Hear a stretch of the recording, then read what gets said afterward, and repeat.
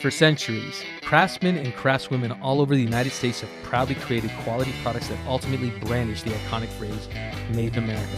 As long as I can remember, I've been fascinated with American artistry.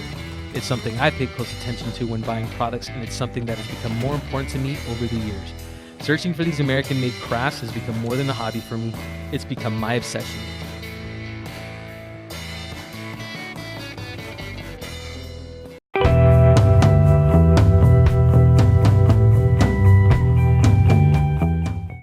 What's going on, everyone, and welcome to today's episode of American Ride.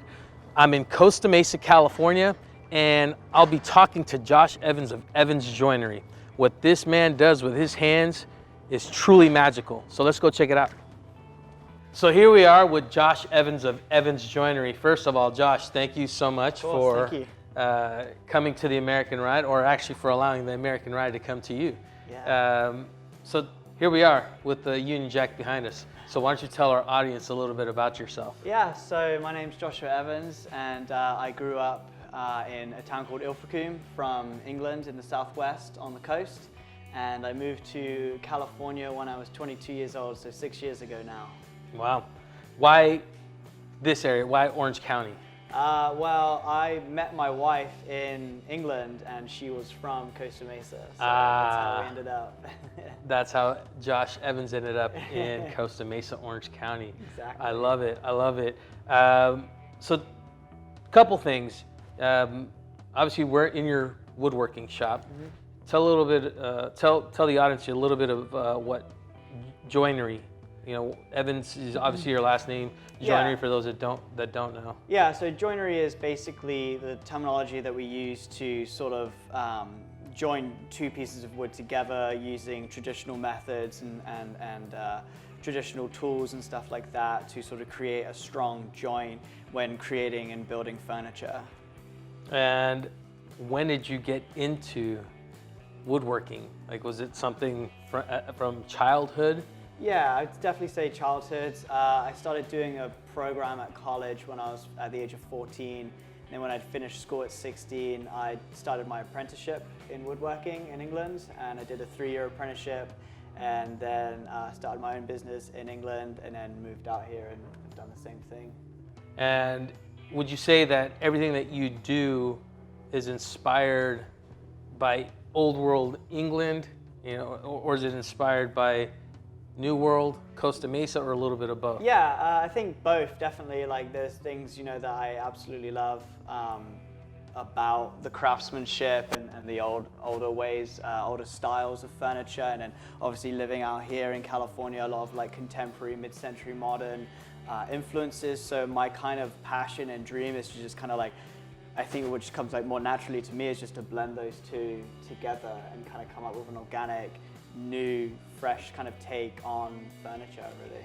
And this is interesting because we have a Brit here in America crafting now what I'd like to call American made. Yeah. With, you know, obviously with your old world touch. How do you feel about American made? Do you feel that still has substance? Or even let's go back to England, mm-hmm. You know? Yeah, I think any craft in itself, being made from scratch, from like raw materials, when you take raw wood and you can kind of fashion it into an item, into an object, you know, even from garments to clothing, anything like that. I think there's just a depth in it, and I think there's a richness in it and a story that is kind of being told from the designer, the creator, and then I think the consumer also takes that away with them and enjoys that so much more, because knowing that it's a one of a kind, it was handmade, you know, there was time and love put into it, as opposed to our sort of consumerist way of life now in the 21st century, you know, where everybody's got the same product kind of thing, it all comes out at once and it's all mass produced. I think the tides are sort of changing in that regard. And a lot of people are kind of turning back to sort of those traditional like values and like looking for things that are fashioned by hand and have those traditions in them. So with that being said, tell me some of your favorite brands in fashion as well as furniture making. Because I'd love to get kind of your take or your, how you shop. Yeah, I think, I don't know how specific I could be with brands, but I think in terms of like what I'm looking for as a purchaser is something that's just well made, that is kind of unique, and that just kind of has a story. So whether it's like, you know, a smaller retail shop that kind of has a little bit more of the one-off kind of clothing brand, something like that, you know, that I'm not going to see everybody wearing, is kind of what I would more lean to. Okay. Yeah, and I think the same with furniture, you know, yeah, just kind of looking for those pieces that, you know, that things that I can't make, like things from metal or you know, pottery or things like that. Just looking for those unique items that can kind of give a lot of more character to my home. All right, speaking of furniture, why don't we go check out some of your pieces? Yeah, let's do it. All right, so here we are in your office, or your showroom, I would say. Talk to me about what we have here. We got this beautiful desk. Yeah, so just kind of using the office space as a showroom as well. But yeah, this is our Wellington desk from our first collection, the Waterloo collection. And kind of just inspired by those like kind of Georgian period times from England when I was living there, and then just kind of giving it like a less ornate, kind of more sleek, over kind of design on that.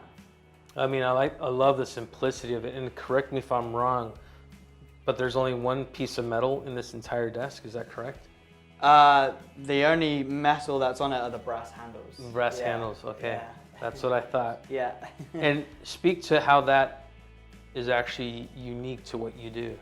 Yeah, so basically the joinery that I use for these, so the legs and that connected to this with this rail using like mortise and tenon joinery, which is like one of the most common types of joinery and like probably oldest types as well. But yeah, sort of not using any like mass production methods or anything like that, just taking the time and kind of just doing them one by one, really. And how long does a desk like this usually take? A desk like this would probably take about 2 weeks. 2 weeks? Yeah. Man. All right. So there you go.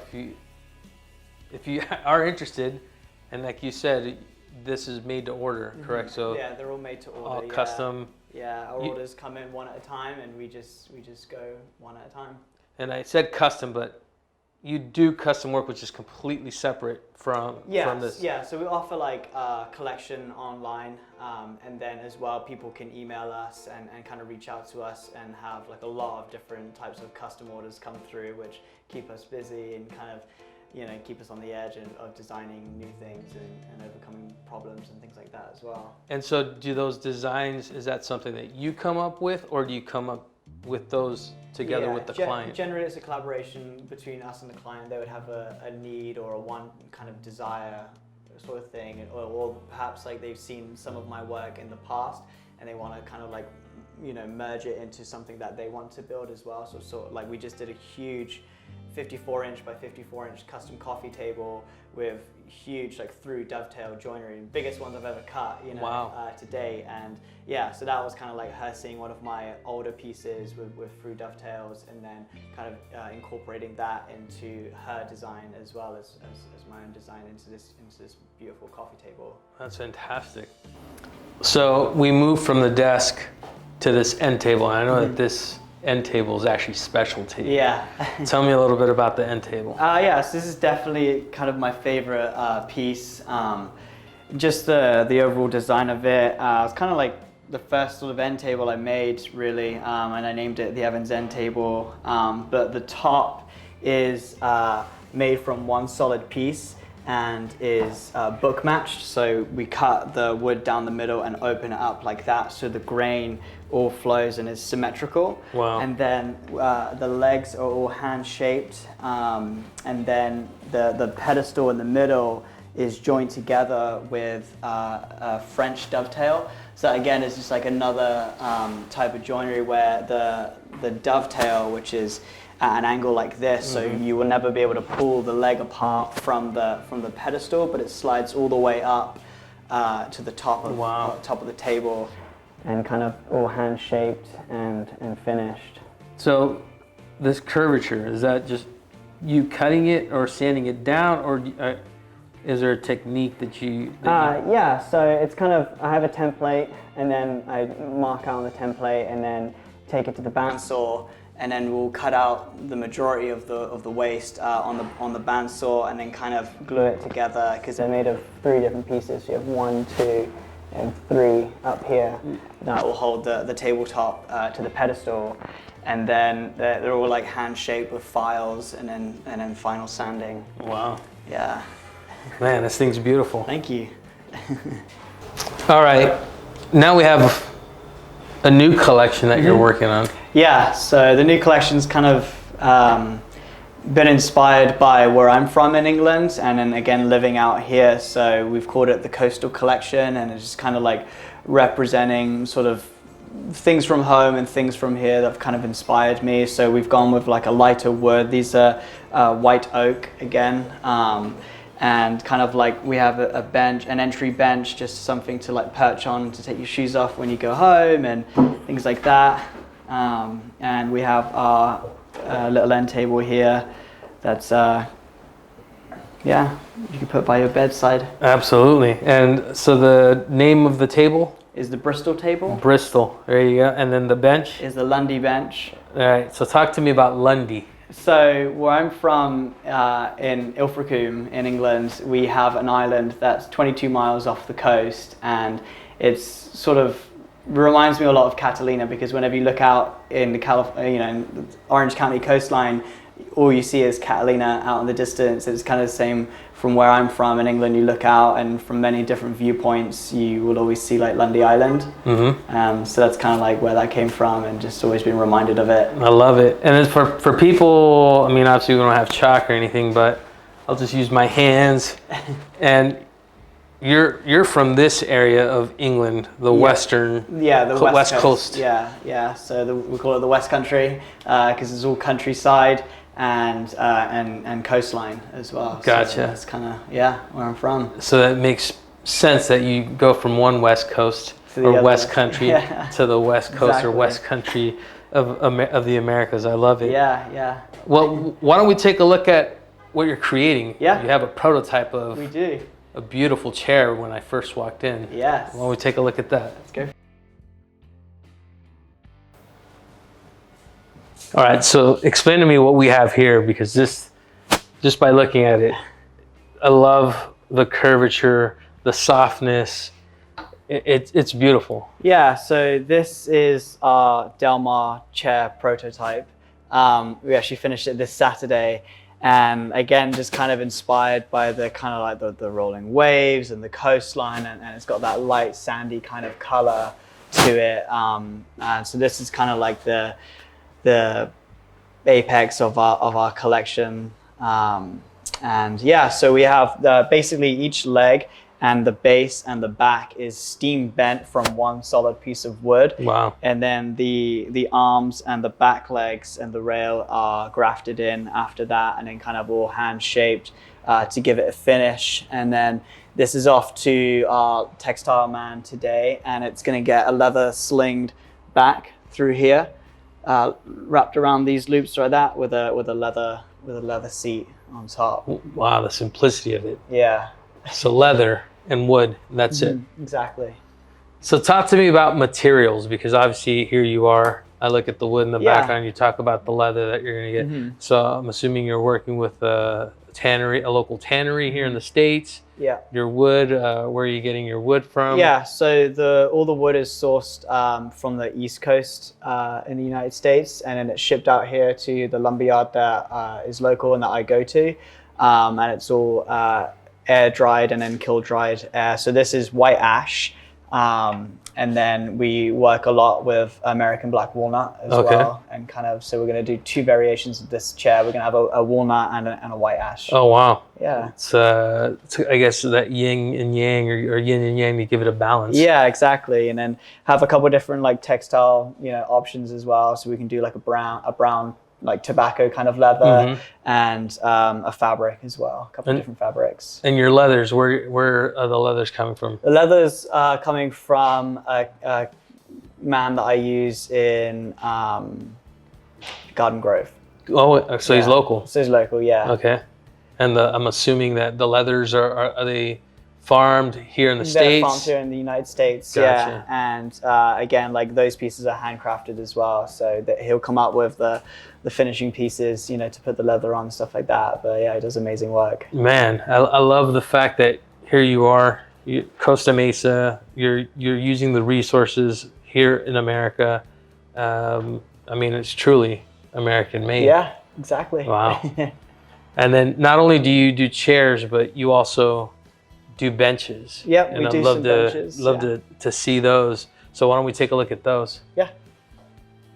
All right. So from what I understand, your benches don't belong to any particular collection. That's These right. are custom, one of a kind. I mean, they're absolutely beautiful.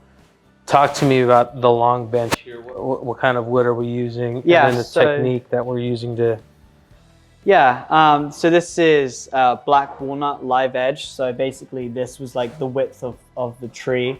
And when it was milled, it came like that. And then we've kind of like flattened it and sanded it. So it kind of has this raw sort of natural edge to it. And then we turn the legs and use a through tenon there with a maple wedge to lock it in tight and that, and kind of create another like small entry bench. No, it's absolutely beautiful. And then I see over there at the end, there was a hole in the wood, obviously. Yeah. Is that a resin that you use to fill it in, or? Yeah, so sometimes the wood comes with defects like knots and stuff like that. And so every now and then I'll pour some epoxy in them just to kind of give it a little added detail, but not all the time. Yeah. Gotcha. Sometimes I like the knots to kind of just be raw and natural, just to kind of give more of the essence of the wood off. That's beautiful. And you said this is walnut, correct? This is American walnut, yeah. And then what do we have here? Because this, obviously, it's a mini bench. You got some joinery happening.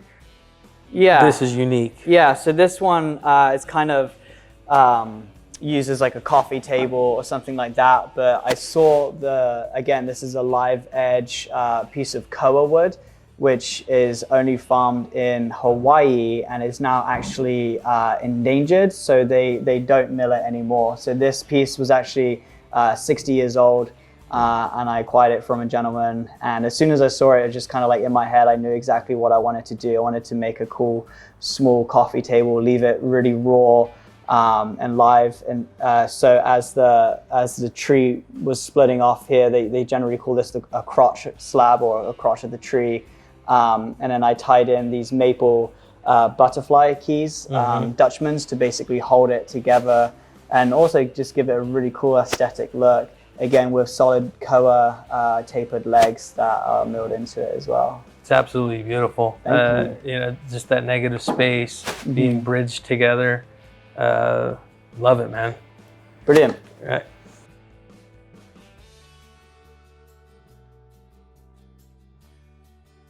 All right, and lastly, I want to talk about full production. You also do work. Yeah. On a bigger scale as opposed to just one-off. So talk to me about what we have going on here. And mind you, this is not a finished product, but what will this be? Yeah, so basically one of our clients in Laguna Beach, the Montage Hotel, ordered 250 of these luggage racks. And so basically they obviously close in the closet and then open up into the room, and they receive top rails that go across here with 3 leather straps that go across. And kind of the way that they approached me was they wanted to sort of elevate the people's experience of staying at the Montage, and they wanted to be able to, you know, build some unique pieces for the hotel, which has been great projects to be a part of. Absolutely, but not only did you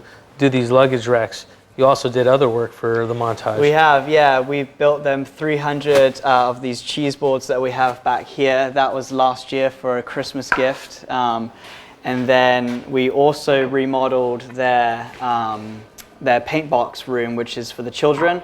And we built half a ship, which was part of the contract, to build this ship that would kind of bow out of the wall and that the kids could go on and climb around and kind of have a little steer on the steering wheel. Wow. And things like that. Yeah, so we remodeled that. That's fantastic. And then these cheese boards, I know you made them for the montage, but if the viewers wanted one. Yeah, these are actually part of the Waterloo collection. I put them on there. I call them a butler's serving board or a butler's bread board. Brilliant for wine night if you want to put your cheese and your grapes and your salami on there. Charcuterie. Yeah, charcuterie and things like that. They are available online, so you can purchase them from there. Beautiful. Well, Josh, I want to thank you so much for opening up your space to us. Yeah, of course. I'm really, really glad that we were able to get a first-hand look of what you do here at Evans Joinery, and truly, there's the tie, for England and America, but truly keeping a trade and a craft alive. Yeah, and, exactly. I encourage all of you to check out Evans Joinery, where he truly makes handcrafted American-made goods. Well, that's it, everyone. I hope that you were able to learn something from Josh Evans and his craft. And as always, I'll catch you on the next American Ride.